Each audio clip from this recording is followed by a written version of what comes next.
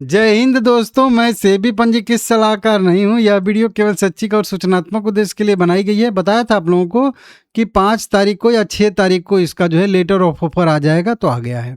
Rolex ring के बारे में बात करने वाले हैं हम लोग यहाँ पे भाई। पहले इसकी डिटेल देख लेते हैं। करेंट प्राइस 142 रुपये पे ट्रेड कर रहा है। वहीं पे 3 जुलाई इसका रिकॉर्ड डेट एक्स डेट था, तो 2 जुलाई खरीदारी करने का लास्ट डेट था। 180 रुपये पर इक्विटी शेयर के हिसाब से कंपनी बायबैक कर रही है।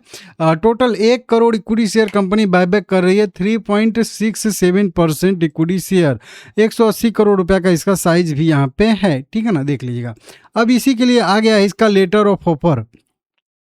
इसका जो बायबैक है ओपन हो रहा है 9 जुलाई 2026 से और क्लोज हो जाएगा 15 जुलाई 2026 को। मतलब 9 जुलाई से लेकर 15 जुलाई तक आप लोग इसमें जो है कभी भी अप्लाई कर सकते हैं। हालांकि 15 जुलाई से पहले पहले ही अप्लाई कर लीजिएगा, कभी कभी लास्ट डेट में अप्लाई नहीं होता है। ठीक है ना।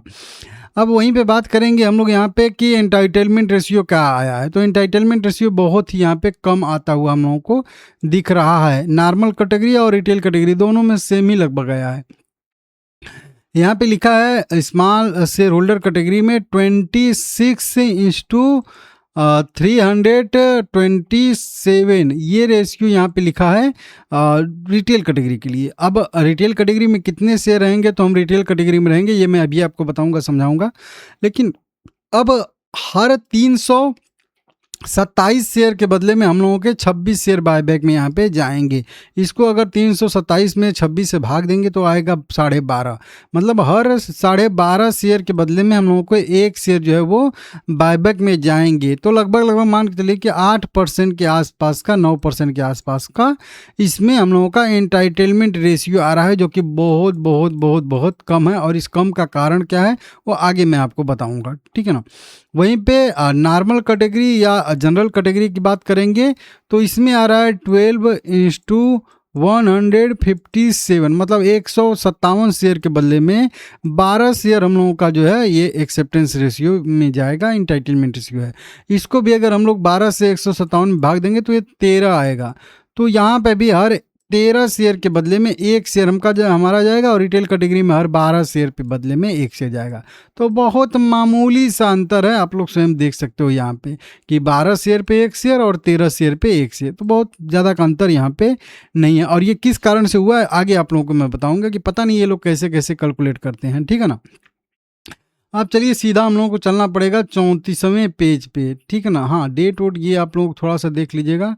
डेट कहाँ गया भाई, का एक्सेप्टेंस रेशियो वाला डेट दिखाने वाला हूँ। हाँ, यहाँ पे 15 तारीख तक तो अप्लाई करना है हम लोगों को। रजिस्ट्रार के पास वेरिफिकेशन होगा 17 तारीख को, और 21 तारीख को एक्सेप्टेंट और नॉन एक्सेप्टेंस हम लोगों को पता चलेगा। 21 जुलाई 2026 को ट्यूसडे का दिन रहेगा। इसी दिन हमारे जो भी इक्विटी शेयर एक्सेप्ट होंगे वो एक्सेप्ट हो जाएंगे, और जो बचे रहेंगे उनका बिड सेटलमेंट अगले दिन होगा 22 जुलाई को। तो 22 जुलाई को हम लोगों का पेमेंट भी आ जाएगा, और जो बचे वाले शेयर रहेंगे वो शेयर भी 22 तारीख को ही आ जाएंगे। तो 21 तारीख को एक्सेप्टेंस इशू आएगा, 22 तारीख को पेमेंट, और शेयर वापस आ जाएंगे।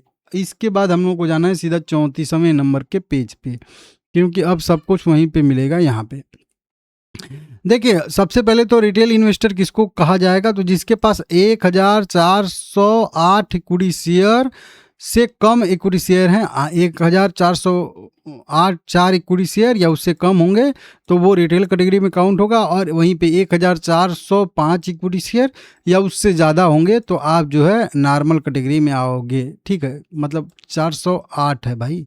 ठीक है ना, और 400 इसको 9 कर लीजिए। ठीक है ना।